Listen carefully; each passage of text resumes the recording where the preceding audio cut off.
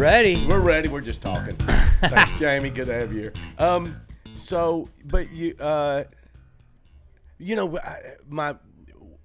I had relatives out there. Pam's brother lived out there. Some uncles, friends. Just the fucking water issue out there is like in L.A. Yes, meaning bad water or just no water. I mean, aren't you running out of water? I mean, maybe. I don't know. Probably they're conserving water, but yeah, it doesn't seem like that's an issue. No, it's a lot more things that are happening that are just, there's a little easy on crime, although a bill just passed to prosecute more crime and stuff. And, we have a situation with the homeless, but that's getting better. So, I mean, LA is going through some growing pains. Okay. Do I ever think I could move? I never thought I would say I could move. There's a possibility, but I think I'm always going to have a presence there because it's my home. But do I come down here and see a completely different world? 1,000%. Now, if you move from traveling everywhere you've traveled and growing up in Philly, right? Mm-hmm. Is there a place that you go? If I was going to have a second home somewhere, is there a place that you really just love other than? Lots. Florida for sure. Really? Okay. Arizona. Mm-hmm. Vegas. I had a house in Vegas years ago, sold it, and then good time to get out, and now it's starting to boom again. There's a lot of people that are moving to Vegas. Hollywood is going to do a second studio out there, Warner Brothers.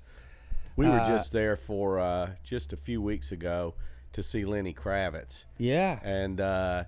And Pam and I have gotten a place now. We go out for concerts there because we can see people in smaller venues. You know what I mean? It's just a better concert experience, Yeah. And man, it's to me, Vegas now is the place I tell you I go. If you want to go see the most cutting edge technology in the world that we can do, that's up and going, it's fucking Vegas. Hey, you're kind of right. It's kind of Vegas, and it's kind of trumping LA that way. Yeah. And you're right. You're right. It's becoming a new Hollywood, and so I love it there. Incredible. Yeah. But there's only a few places. I love Texas. I just did shows there all last week. It was amazing. I mean, this sounds kind of right, but it's not. Those are the more chill. Do I like Portland? Sure. Is it going through some growing pains? Yes. I want warm weather and I want chill. I'm walking around here today. I'm riding my bike. It was just relaxing. Sarasota. I mean, I sell Sarasota. I just don't think you can find a better tropical city on the planet than Sarasota because we have the great weather. We have all the tropical beauty and the stuff that goes with that. But we also have Tampa up the road. So we've got the professional sports teams. We got the concert venues. Yes. You have all that stuff. And I go, when you really think about a tropical city that's warm all the time, that has all those amenities anywhere in the world. Yes. I mean, Miami. Yes. But that's a whole different animal. Whole different. And Sarasota is just it's such a wonderful, chill place. It's this whole area. I mean, this whole Tampa Bay area. Camping, and also it has stripping as an elective. Absolutely, it does. Absolutely. It's I mean, I don't know where stripping ranks in our economy, but it's got to be it's high. Up there. It's got to be up there with it's up there. Hospitals. It's like hospitals, strippers, public schools. It might be first. Have you? And I bet you have. You've been to Amsterdam. You know what? Like literally for 5 hours. No, I have never had that craziness. I went for the first. We were talking strippers, or sex. You're talking about the sex workers, and so we went this summer. And you and your wife? Me and Pam, and we went with two other couples, and the one couple that we went with had lived there for a year. Okay. So they really knew the place.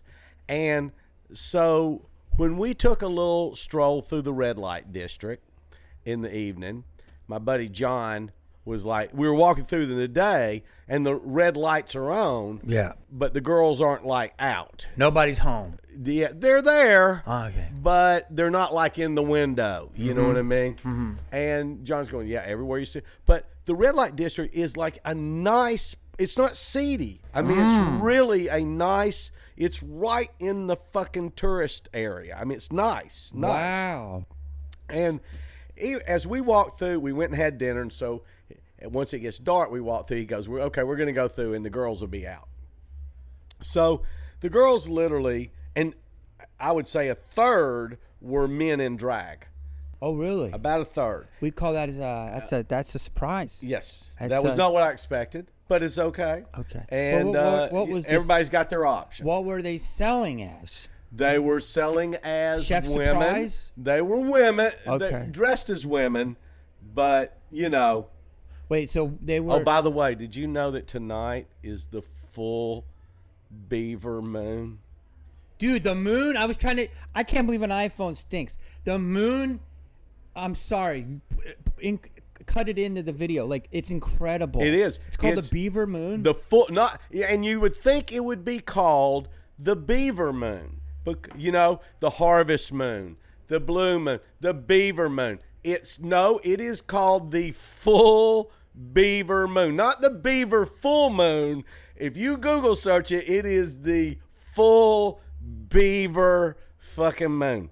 And wow. Yes, and it is the last of the super moons this year, and the full Beaver Moon.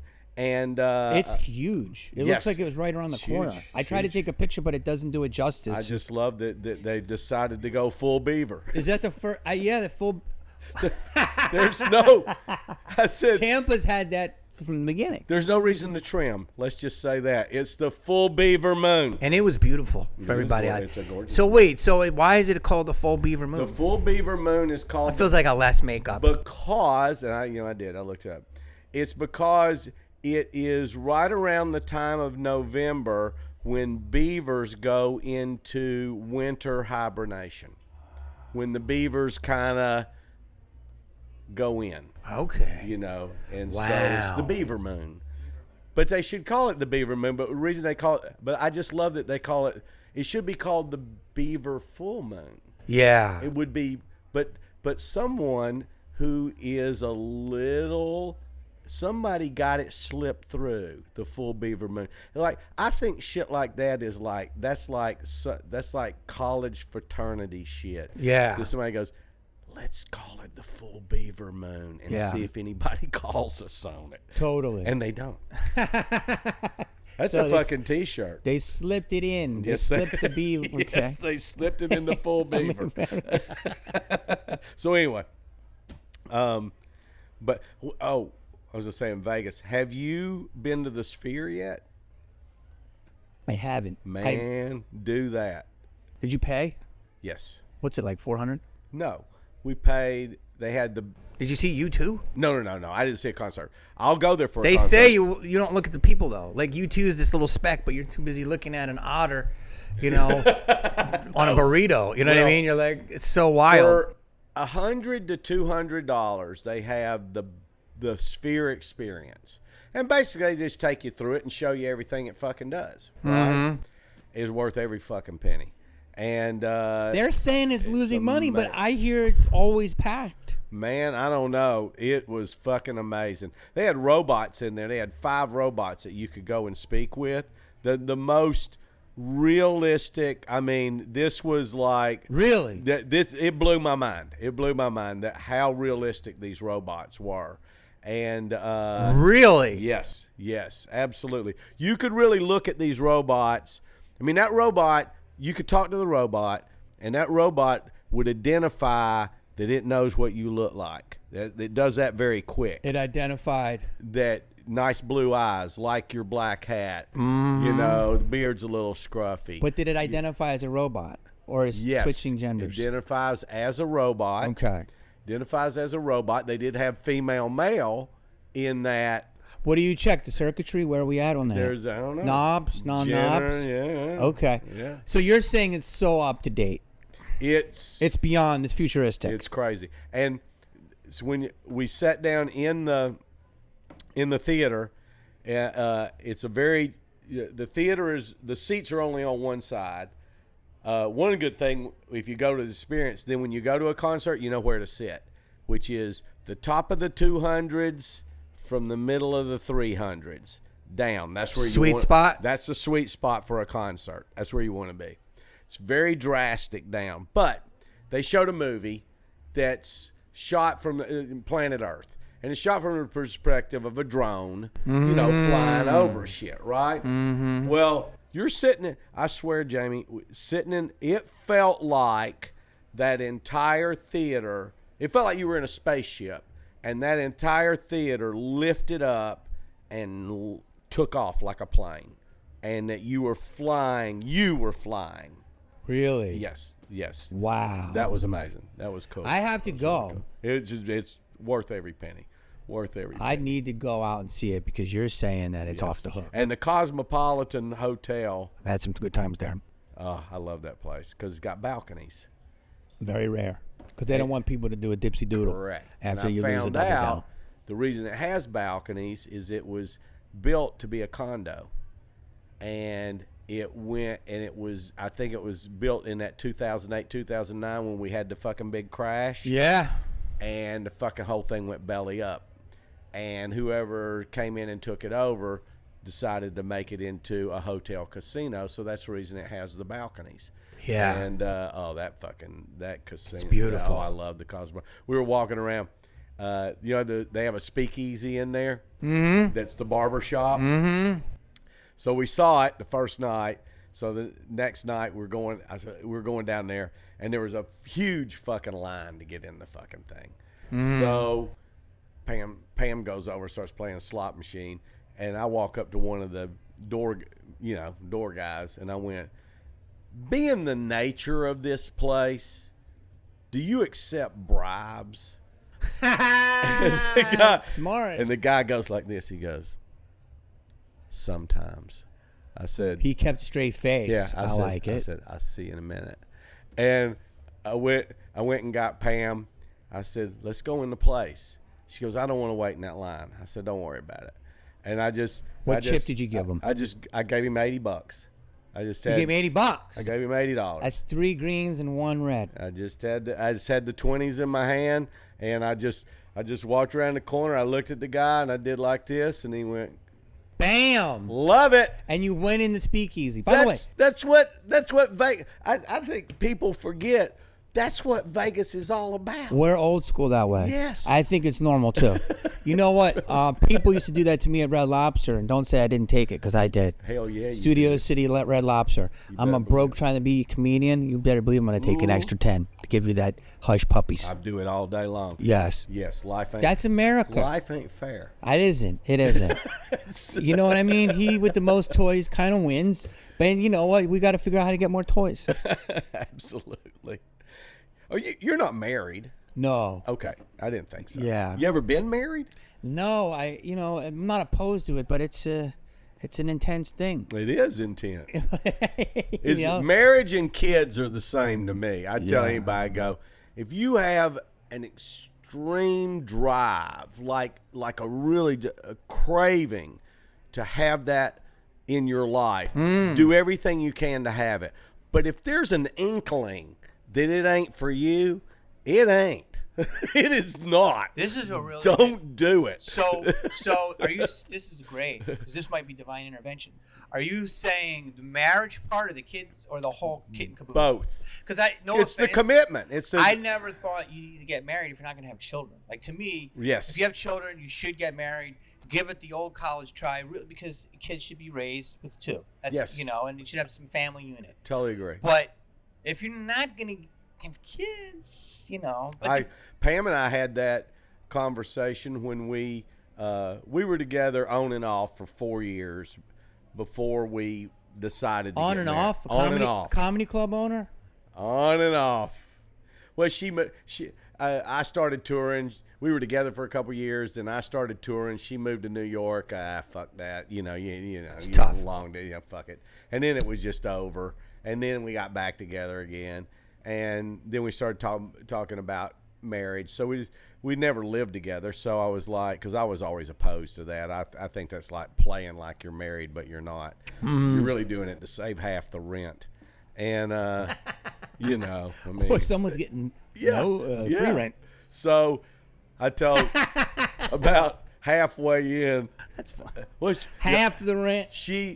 When we first started dating, about 2 months into it, we were here in Sarasota. She goes, we woke up one morning and she's like, you can move in. And I went, oh, cool. I said, yeah, so you can move in. And I went, well, that's nice, but that ain't happening. And she looked at me like, she's 6 years younger than me. At the time, I was 27 and she was 21. And she looked at me like, you old fucking Southern fuck. What the fuck? Look at me. I said, you can move in with me, and you're saying no? And I go, yeah, we ain't doing that. Hold on. She had the spot?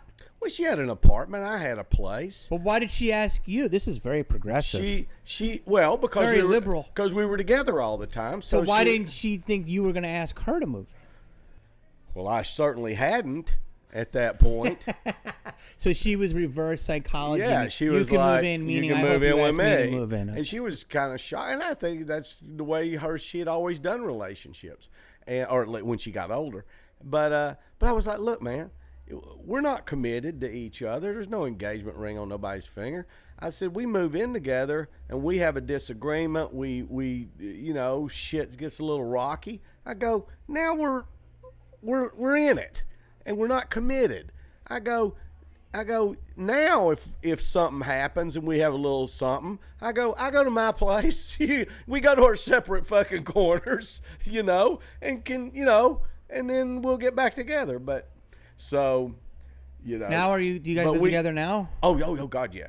But when we finally got comfortable with it. We decided to live together for a year to make sure we were compatible to be married. And that issue came up with kids. It was like, do we really want to have kids? And she was like, I don't know. I haven't really thought about, having kids. And I said, I just don't see being married unless you're going to have kids. Just what you said. Yeah. I just don't. I go, why even get married? Let's just, do this. But I will tell you, in hindsight, and we did end up having a daughter, and now we have a grandson, and beautiful. And but in hindsight, I still would have been the right move to get married to her, even if we didn't have kids. That's beautiful. See that? That's beautiful. Because to me, the marriage is the commitment. It's the promise. Or you make a promise. You make a promise to somebody that you're going to stick with them. And don't. I go, just if you don't think you can do it, then don't fucking do it. But you know what I mean. If you really think that you can't stay with somebody for the rest of your life, well, fuck, own up to it. Say, look, I'll give you. I think I can do 20. I think, you know what I mean? Listen, it's intense. I'm at that point right now. I have a girlfriend and I love her to death, and it's at that point where I either got to shit or get off the pot. Right. And it's, you're right. As the nature of what we do and how we are, and we've been doing it. I've started at a very young age, and we've always been swimming in a lake called Jamie, or Les. It's like a microphone, us, and a strange crowd in a strange city. You know the rest. Exactly. So it's but perspective and a lot of things, and age has looked at me differently. So I understand with my girlfriend, she has my back, my front, my sides. So that's very important. What does she do? She is, she helps a lot of people, but she is an assistant to certain, I can't really say. But, okay. You know what I'm saying? Okay. She got a good job. Okay. You know what I'm saying? Okay. But she makes her own money. Yeah. You know what I mean? Yeah. She's a professional. Yeah. Does what she's doing. Yeah, but she take care of herself. Yeah, she can. You know Absolutely. what I'm saying? So, but the marriage is like, I never thought of it until I turned 50, and I was like, okay, I get it. But you're right. Yeah. Comedians are generally immature. That's why you like us. Right. But that's why we annoy the fuck out of you. Yes. I mean, that was something Pam always said. I was like, shit, I still amazed that she committed to me. And because, when she committed to me, I didn't have a pot to fucking piss in. I didn't have money. I wasn't, and she was definitely an attractive enough woman and bright enough and sophisticated enough. You said enough to get to get Attractive something better than me. Okay. Definitely. Yeah. I mean, you know what I mean? She was hot. Yes. And she goes, no, man, you know, I love what you do. I love what you do. And I wanted to support that, you know. That's beautiful. Yeah, it was awesome. It was awesome, you know. And we, you know, but, you know, when every once in a while I'll be talking to the crowd and I'll get somebody that's engaged. And so I'll go, first time married, yeah. So after fucking around with them, I'll say the same thing. I go, all right, I'm going to give you the one piece of advice that I think is the key to a long-lasting relationship. No lies. No lies. I go, you can lie to sell a car, you can lie to fix an air conditioner, you can lie to run for political office. I go, those are three things that make this country great. That's so true. But you can't lie to that person. And my mother, and she actually said this, she goes, not even little lies. She goes, a lot of little lies just because you don't want to upset her, you don't want to upset him, you know what I mean? It's no big deal. But if you do enough of that, you end up with a big lie, you know what I mean? With a lot of little lies. And so I'll tell them that, and then I'll go, and one other thing that I've learned, if you ever do lie, stick the fuck to it. So true.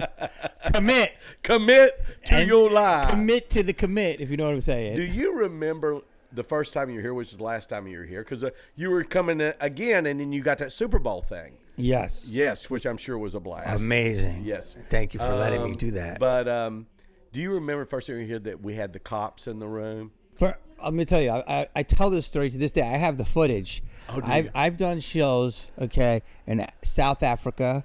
I've done shows in Europe. I've done shows in Prague. I've done shows in Cleveland, okay. Cops have never showed up. The only time cops have ever showed up and drugged somebody out, Sarasota. Some white woman, some Karen before Karens were fashionable. It was two couples. She did not want to pay her like Margarita bill or Cosmo bill or something. It was two rich, attractive, selfish, jerk-ass fucking couples. And just being assholes and loud. And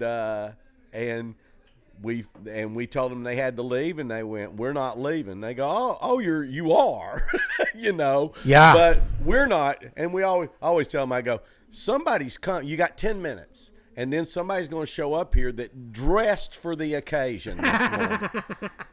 just to deal with you, you know. And when those cops came and they were standing there, and you were like, are there cops in the room? Yeah. But, you know, shout out to the cops because they were handcuffing these people, and they were pretty quiet about it. They were very must be professional. Velvet cuffs here, because I didn't really know until people were like, ah! I heard like a groan. But I mean, I'm so glad you tell that story. So that was a moment here at this club. Absolutely. Yeah, I never forget that. I tell that story too. Yeah, I go, drugging Jamie, out. because you knew there was a commotion going on, and then you ducked under the lights and you saw those cops. You're like, Jesus Christ, I've worked some hardcore fucking places. Yeah, like I've worked everywhere. I never had that in my whole life. Colleges, corporates, right? You know, hardcore cities. And also the cops were very polite. Like they were quiet about when they were dragging them out. Absolutely. But it was as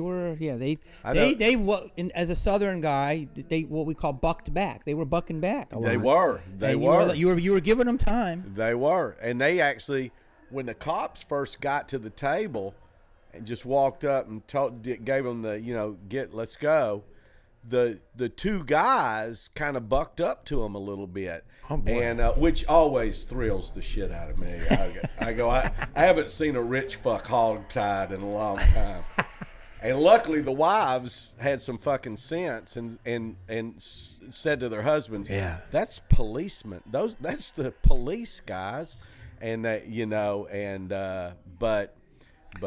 Question, did they get passes for the next show? We actually effectively took them off the mailing list. Not only no passes, completely off removed. the mailing list. Wow. They do not get their birthday comp call. they don't get it. But LA I'm sure is the same kind of thing. You get the worst are when you get a drunk, rich, drunk, rich, and young, and they're like, how many times I've been told, I can buy this fucking place. Well, good. Write a I check. got a number. You can have it Monday. Give a fuck. You know? Really? All right, good. Let's do it. And I love I'm going to tell all my friends not to come here. Great. Perfect. We don't want more annoying people. Perfect. Brian Aldridge. What a good guy. Well, great. I don't know. We didn't sit here bullshitting.